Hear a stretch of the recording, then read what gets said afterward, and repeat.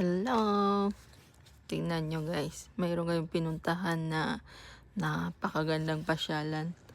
Alps Village daw sa Chungchung Namdo.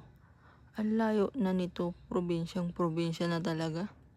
Pero wag ka, grabe ang galing lang nila gumawa ng mga pasyalan dito sa Korea. Tingnan mo naman, napakagandang tignan. Mga ice. Ang ganda-ganda tignan. Kaso nga lang, ang lamig naman. Sakit sa paa, sobrang lamig.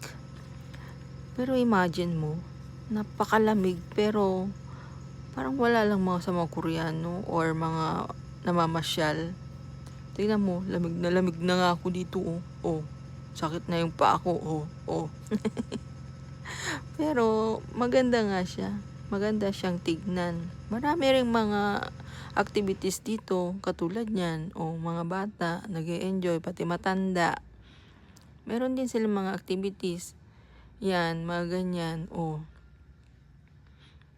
Talagang mag-e-enjoy din ng mga tao kahit na sobrang lamig pa. Dadayuhin yan kahit saan pa yan, kahit napakalayo pa yan. Ang ganda rin naman kasi tignan. Puro ice yan. Tignan mo. Mga activities na ganyan. Mag-e-enjoy ang mga tao niyan. Hi siya. Mag-picture-picture nga muna kami at nang makauwi na.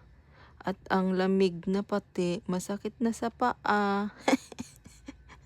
Siya sige. Babay muna.